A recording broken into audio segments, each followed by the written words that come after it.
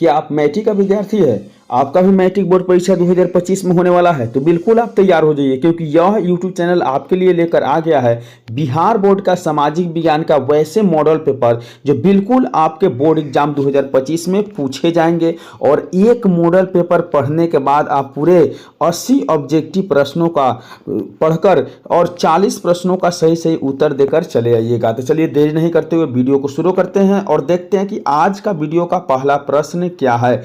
ये पहला प्रश्न दिया हुआ है कि काउंट काबूर को विक्टर इमैनुअल ने किस पद पर नियुक्त किया था। याद रखना है कि काउंट काबूर को विक्टर इमैनुअल ने प्रधानमंत्री के पद पर नियुक्त करना है। बिल्कुल आपके बोर्ड एग्जाम में 80 ऑब्जेक्टिव प्रश्न पूछे जाते हैं, जिनमें से आपको 40 ऑब्जेक्टिव प्रश्नों को बनाना पड़ता है और एक एक नंबर से 40 अंक मिल जाता है। तो बिल्कुल चुना हुआ प्रश्न है, जैसे कि आप देख लिए होंगे थंबनेल पे, पोस्टर पे कि क्या लिखा हुआ है। बिल्कुल वही प्रश्न मॉडल पेपर सेट प्रश्न है जो बिल्कुल आपके एग्जाम 2025 में आने जा रहा है।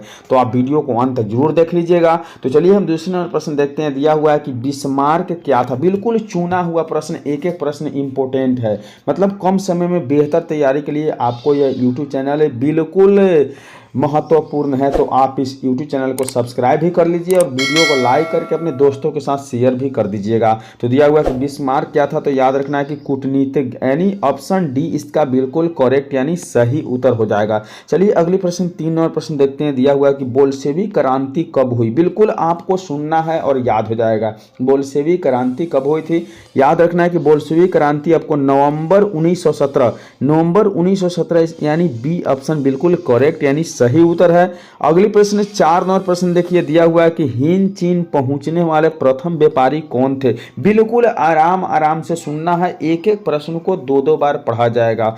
तो हिंद चीन पहुंचने वाले प्रथम व्यापारी कौन थे, तो याद रखना है कि यह पुर्तगाली थे। कौन थे? पुर्तगाली। ऑप्शन सी बिल्कुल आपका सही उत्तर करेक्ट आंसर हो जाएगा। बिल्कुल आप लोगों का कम समय में बेहतर तैयारी हो जाए, इसलिए हम चुना हुआ प्रश्न इस वीडियो में लेकर आए हैं। तो आपको बस करना क्या है कि वीडियो को शुरू से अंत तक देख लेना है, जिससे आपके बोर्ड एग्जाम में अच्छे से अच्छे अंक प्राप्त हो जाएगा। तो चलिए हम देखते हैं 5वीं नंबर प्रश्न। दिया हुआ है कि हिंद चीन क्षेत्र में कौन से देश आते हैं। हिंद चीन क्षेत्र में कौन से देश आते हैं। याद रखना है कि इसमें कंबोडिया, वियतनाम, लाओस, यह तीनों देश आते हैं। हिंद चीन क्षेत्र में कौन से देश आते हैं, फिर से एक बार और सुन लेना है, कंबोडिया, वियतनाम, लाओस। बिल्कुल आप लोग ऑप्शन सी लगा दीजिएगा और धमाका कर दीजिएगा बोर्ड में, क्योंकि देखिए आपकी 10 वर्ष की मेहनत है यह। तो बिल्कुल आप लोग लापरवाही मत कीजिए, जितना हो सके उतना पढ़ाई पर ध्यान दीजिए। तो चलिए 6 नंबर प्रश्न दिया हुआ कि रामपा विद्रोह कब हुआ। रामपा विद्रोह कब हुआ, इसका सही उत्तर ऑप्शन है अर्थात 1916 ईस्वी। ऑप्शन है बिल्कुल सही उत्तर है, रामपा विद्रोह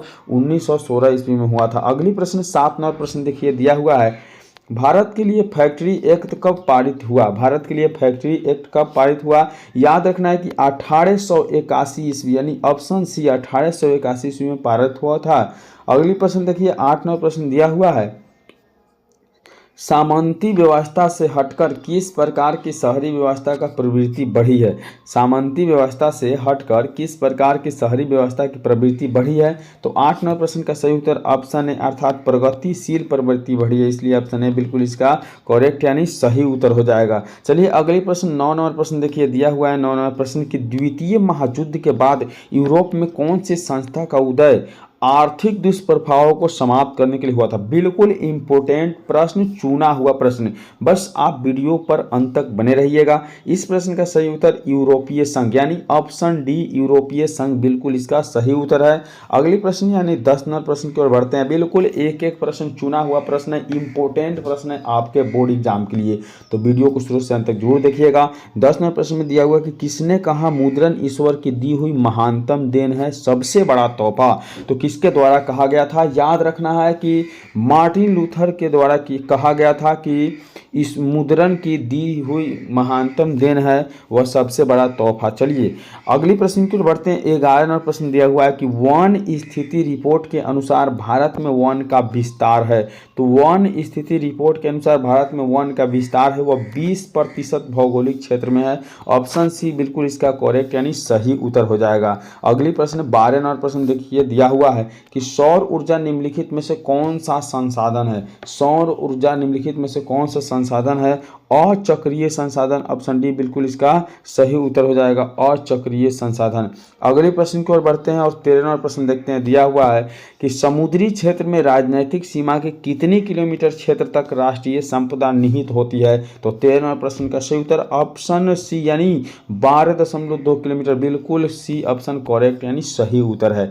चलिए अगले प्रश्न 14वां प्रश्न देखिए। दिया हुआ है कि सोपानी कृषि किस राज्य में प्रचलित है? याद रखना है कि सोपानी कृषि आपको उत्तराखंड में प्रचलित है। ऑप्शन डी बिल्कुल इसका करेक्ट यानी सही उत्तर हो जाएगा। अगली प्रश्न 15वां प्रश्न दिया हुआ है कि कौन लौह अयस्क का एक प्रकार है? याद रखना है कि कौन लौह अयस्क का एक प्रकार है? ऑप्शन बी अर्थात हेमाटाइट, हेमाटाइट लौह अयस्क का प्रकार है।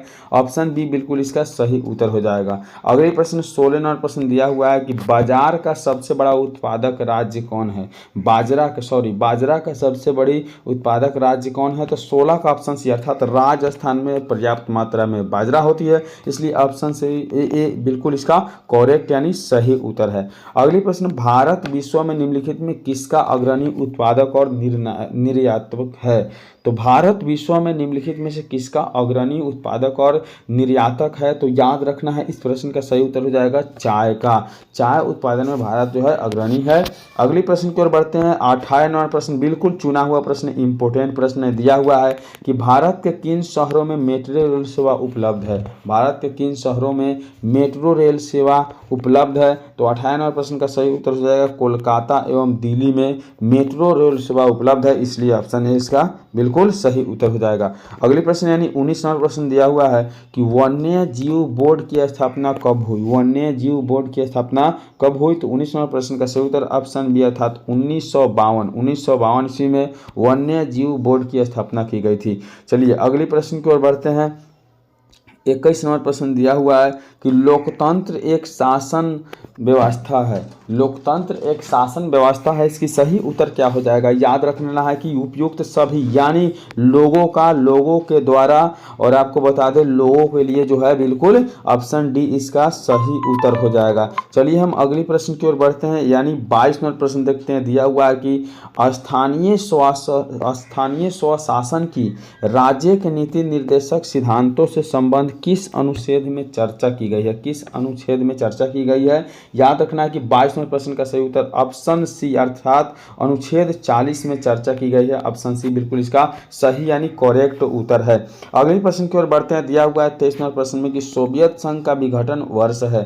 तो याद रखना है कि सोवियत संघ का विघटन वर्ष ऑप्शन सी अर्थात 1989 ईस्वी यानी ऑप्शन सी बिल्कुल इसका करेक्ट यानी सही उत्तर है। अगले प्रश्न की ओर बढ़ते हैं, देखते हैं 24वां प्रश्न दिया हुआ है कि दल बदल कानून निम्नलिखित में से किस पर लागू होता है? दल बदल कानून निम्नलिखित में से किस पर लागू होता है?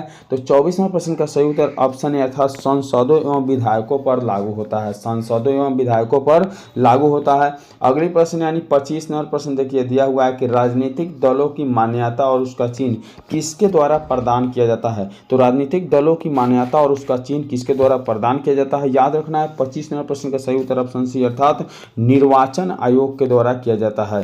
निर्वाचन आयोग के द्वारा। तो चलिए इस वीडियो में हम 1 से 25 प्रश्न ही बताए हैं ताकि वीडियो लंबा ना हो जाए, और अगली वीडियो में लेकर आएंगे इससे अगले प्रश्न को। तो चलिए मिलते हैं अगले वीडियो में, तब तक के लिए बाय।